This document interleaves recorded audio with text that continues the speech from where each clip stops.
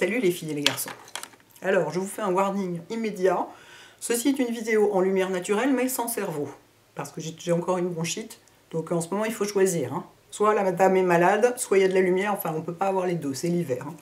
Par ailleurs, vous aimez mon regard de genre 28 jours après, je viens de me faire infecter par un virus zombie? C'est sympa, hein?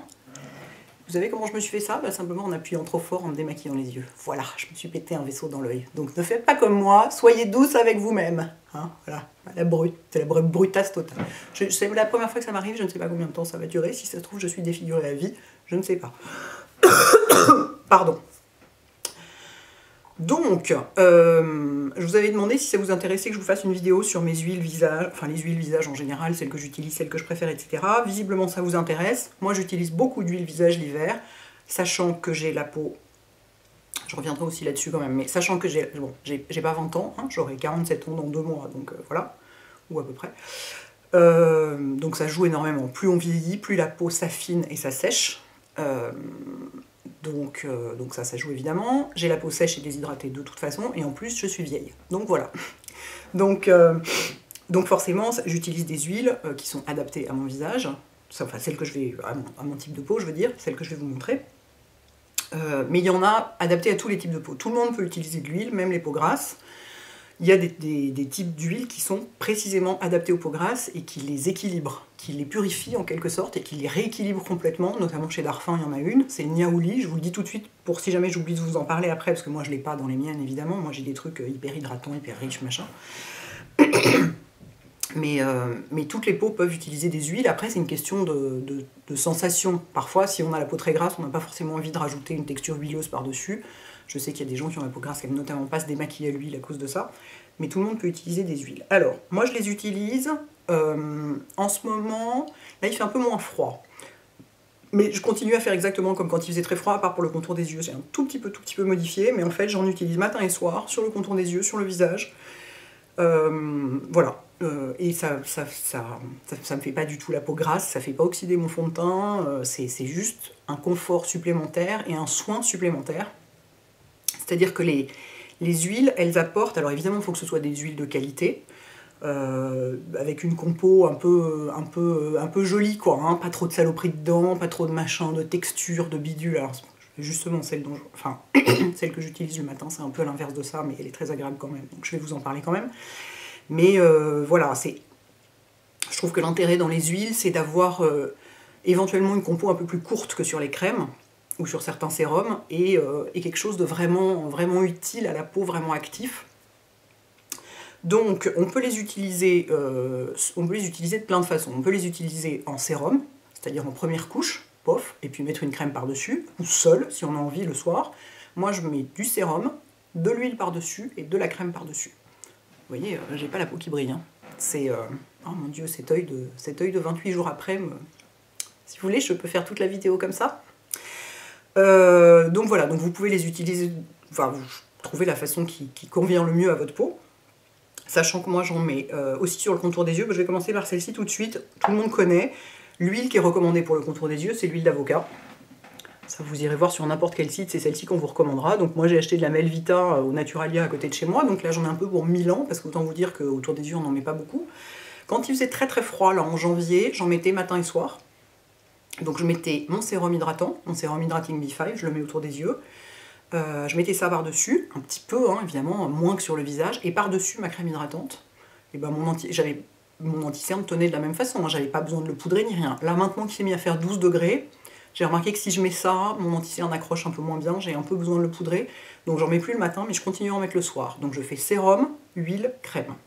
Et j'ai pas les yeux gonflés au réveil, enfin là j'ai les yeux bizarres parce que je suis malade et que je suis infectée par un virus zombie, mais en dehors de ça, j'ai pas les yeux gonflés au réveil. Justement, l'huile d'avocat, elle est recommandée pour le contour des yeux parce qu'elle fait pas gonfler les yeux, qu'elle est lissante, qu'elle est nourrissante, lissante, anti-rides et adaptée au contour des yeux, quoi. Après, vous pouvez tout à fait, si vous avez envie, en mettre partout sur votre visage. L'avocat, de toute façon, c'est bon pour tout, on le sait, hein, à manger aussi bien à l'intérieur qu'à l'extérieur.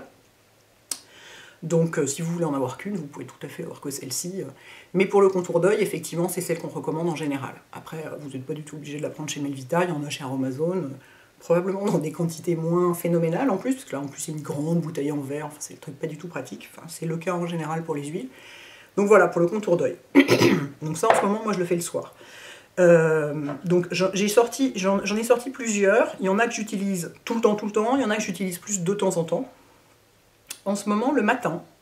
Alors, très bizarre, je suis allée acheter, parce que l'une d'entre vous en avait parlé, l'huile abeille royale de Guerlain. Oui. Ah oui, j'achète des produits de temps en temps, puis pas les moins chers en plus. Notez qu'il y en a une autre que j'ai achetée. Celle-ci, celle de l'Aude Vert, je l'ai achetée aussi, parce qu'elle était pas sortie, enfin au service de presse, il ne l'avait pas. Bon, bref.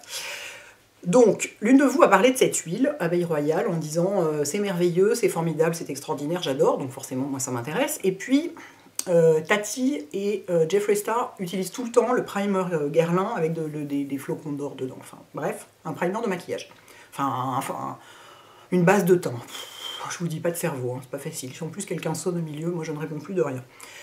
Donc je vais chez Guerlain et je dis à la dame, voilà, je voudrais un truc, une base de teint ferme pour raffermir, quoi. Ça m'intéresse. Et elle me dit, la base de teint avec les trucs d'or dedans, c'est vraiment une base de teint, c'est pas du tout un soin. Si vous voulez un truc raffermissant et liftant, c'est ce truc-là qu'on recommande.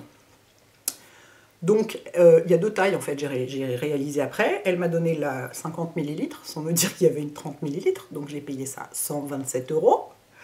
Et bien, heureusement que c'est agréable à utiliser, hein, parce que, alors, je ne sais pas si ça fait quelque chose, mais c'est très agréable à utiliser. C'est une huile sèche, c'est-à-dire que c'est pas ce qu'on appelle les huiles sèches, ça pénètre plus vite, ça sent très bon. Très frais, alors c'est fait avec du miel, fait par les abeilles noires d'Ouessant, les seuls qui ne soient pas infectés par je sais pas quoi, les virus zombies précisément et tout. Enfin, tout un blabla, après ça vous regardez dans la compo, évidemment le miel n'est pas en tête de compo.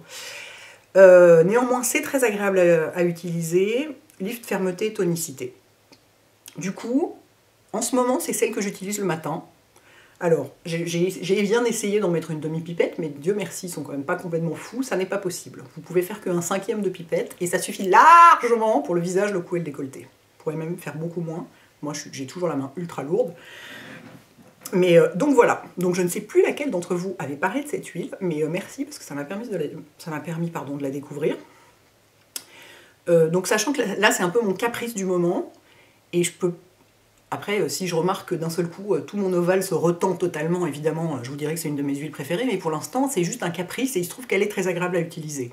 Mais c'est pas une huile dont j'ai constaté des effets à long terme. Les seules dont j'ai constaté des effets à long terme, pour les avoir utilisées très régulièrement depuis maintenant entre 6 mois et 1 an, enfin 8 mois, c'est celles de Darphin. Donc, c'est les seules dont je peux dire, parce que j'ai vu les résultats au Derma Center, je sais que ça marche. Les autres, je ne sais pas, mais... je les ai choisies parce que je les trouve plutôt bien foutues, intéressantes, adaptées à mes problèmes de peau, etc. Le matin, je peux mettre aussi, alors quand j'avais pas encore acheté celle de Guerlain, j'utilisais pas mal celle de l'huile à la rose de Ren Skincare, qui est la rose, c'est vachement hydratant, c'est anti-âge et hydratant, donc dans mon cas c'est très intéressant. Enfin, le côté hydratant est intéressant pour tout le monde, et puis l'anti-âge ça peut pas faire de mal. Elle sent la rose, celle-ci, pour de vrai. Donc ça veut dire qu'elle est parfumée, parce que chez... enfin, qu'elle est parfumée, qu'il y a de l'huile essentielle de rose dedans, ou un truc comme ça, parce que celle de chez Darphin, que moi je n'ai pas, elle sent pas la rose, c'est très bizarre. Elle sent les plantes écrasées, mais elle sent pas la rose. Celle-ci sent la rose. Elle a une compo tout à fait bien, tout à fait... bah, c'est Ren, hein, donc c'est une marque... je me souviens plus si c'est une marque bio... C'est une marque clean en tout cas. Voilà, et donc celle-ci je l'utilise le matin. Et pourquoi je vous parle de celle que j'utilise le matin? Parce que le soir j'utilise essentiellement, j'en utilise 3 plutôt le soir.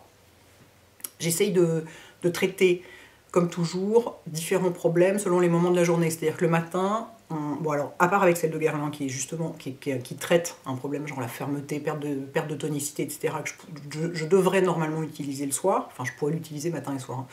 Toutes peuvent être utilisées matin et soir, sans problème. Il se trouve que moi, comme j'ai envie d'en utiliser plein, je suis obligée de séparer en deux. Mais l'hydratation, typiquement, c'est un truc qui est bien pour moi, enfin selon moi, à faire le matin. Le soir, je traite d'autres trucs. Donc celle-ci est très agréable. Là, pour le coup, c'est pas du tout toutes les autres. Il n'y en a aucune autre qui sont des huiles sèches. Hein. Dans toutes celles que je vous montre là, c'est toutes des huiles normales, donc bien grasses, comme moi j'aime. Celle de Guerlain, je pense, est formulée d'une façon... il y a beaucoup plus d'ingrédients dedans. C'est pour ça qu'elle a cette texture étonnante, machin et tout et tout. Mais du coup, la compo est plus... Forcément, la liste des ingrédients est beaucoup plus longue. Bref, donc celle-ci, très agréable. En huile à la rose, il y a aussi celle de Pixi que j'aime beaucoup. Ça, c'est mon deuxième ou troisième flacon, je crois. Je l'ai acheté la dernière fois que je suis allée à Londres. Elle est super agréable. Elle n'est pas la rose, pardon. Elle est... Enfin, si. Il y a de la rose, mais il y a aussi de l'aubépine ou de l'églantier. C'est Rose Hip, vous savez. Et celle-ci, c'est pareil. Elle sent la rose. Elle est super agréable. Elle est assez fine. Elle est un peu plus fine que celle de Rennes, qui n'est pas non plus monstrueusement visqueuse, hein, mais... Donc voilà, ça, elle fait partie des huiles vers lesquelles je reviens régulièrement et que j'aime beaucoup. On peut commander sur le site de Pixi, hein, en Angleterre. Les frais de port sont tout à fait normaux. Enfin, c'est genre le prix d'un Colissimo ou un truc comme ça. Moi, j'ai déjà commandé plein de fois chez eux, il n'y a pas de problème. Excusez-moi, je vais faire un petit check. Quand même un peu une tête de hibou. Je me demande si mon anti-cerne n'est pas un peu trop clair aujourd'hui. Écoutez, c'est des choses qui arrivent.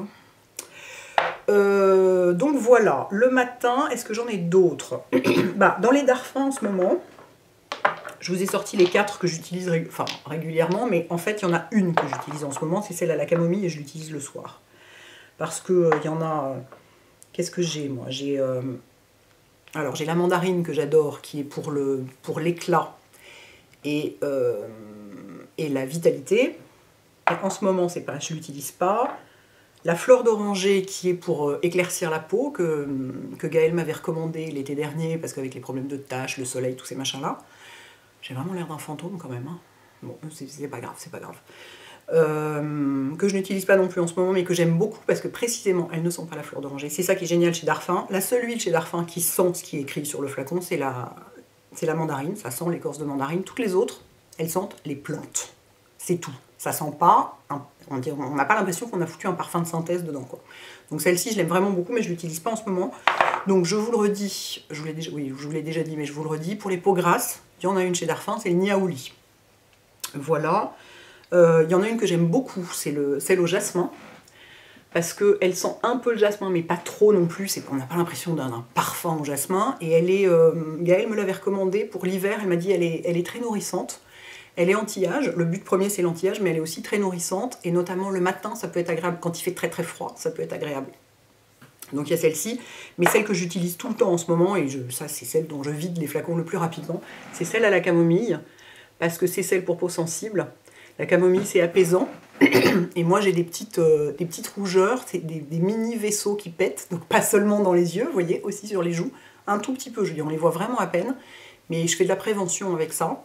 Et ça, justement, ça fait partie des... Mais pour les autres aussi, hein, j'ai vu au Derma Center, ils m'ont dit, quand ils ont vu notamment la dernière fois une diminution des rougeurs, ils m'ont dit, mais qu'est-ce que vous utilisez dans les produits? Ils m'ont dit, ok, tout ça. Ils m'ont dit, les rougeurs, c'est la camomille, il n'y a aucun doute. C'est sûr, c'est cette huile Darphin qui a fait ça. Donc je sais que ces huiles marchent. Les autres, je ne les utilise pas depuis assez longtemps et aussi régulièrement pour en être aussi sûre, mais ça, je suis absolument certaine. Et la mandarine, pareil.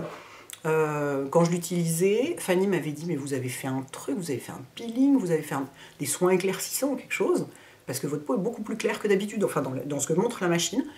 J'étais là, bah non, enfin voilà, et je lui ai dit, elle m'a dit, bah non, c'est l'huile à la mandarine, il n'y a pas de doute, quoi. Donc c'est vraiment, c'est étonnant, quoi.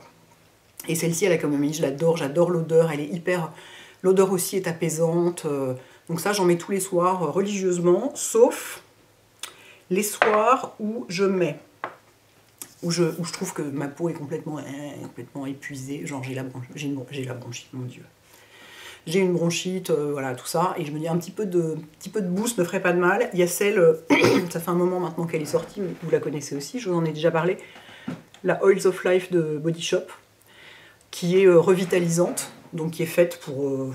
ça peut convenir à tout le monde. Après, ça a plus une visée un peu anti-âge, mais ça peut vraiment convenir à tout le monde. Et là, pareil, qui sent uniquement les plantes, qui a une très belle compo, qui est assez courte, enfin voilà, bien travaillée, et qui est très... C'est pas une huile sèche, mais elle est assez fine, vous voyez? Je sais pas si on voit. On voit qu'elle est assez liquide, elle n'est pas très visqueuse. Et ça, on peut l'utiliser... moi, c'est le genre... Spontanément, j'aurais tendance à la mettre le soir. Si vous voulez la mettre le matin, vous pouvez tout à fait. Et il y en a une autre que je voulais absolument essayer, parce que forcément, j'étais hyper curieuse. C'est comment ça s'appelle? L'huile masque régénérante, l'huile masque Advanced Night Repair. Donc ça, c'est fait pour être mis le soir. C'est spécifié dans la notice. Et elle a une très belle compo. C'est comme le sérum Advanced Night Repair. Je veux dire, il n'y a pratiquement pas de trucs inutiles dedans, pas de saloperies et tout ça. Et là, c'est pareil, quoi. C'est assez inattendu. C'est le genre de compo qu'on attendrait plutôt d'une marque bio ou tout ça, mais pas d'une grosse marque de cosmétiques traditionnelle comme Lauder. J'étais assez agréablement surprise. Et alors par contre, je ne sais pas du tout ce que j'en pense, parce que bah, ça fait pas très longtemps que je l'utilise, vu qu'elle est sortie il y a très peu, enfin il y a moins d'un mois je pense. Qu'est-ce qu'elle sent?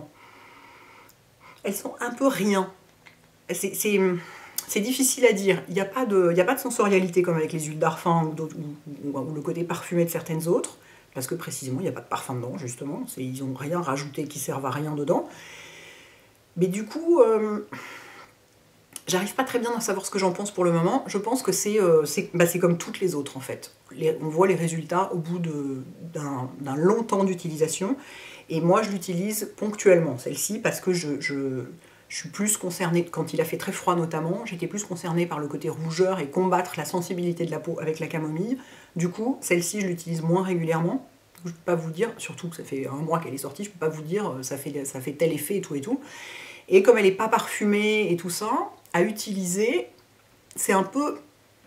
Voilà, je sais pas trop quoi en penser. Si ce n'est que, voilà, la compo est intéressante.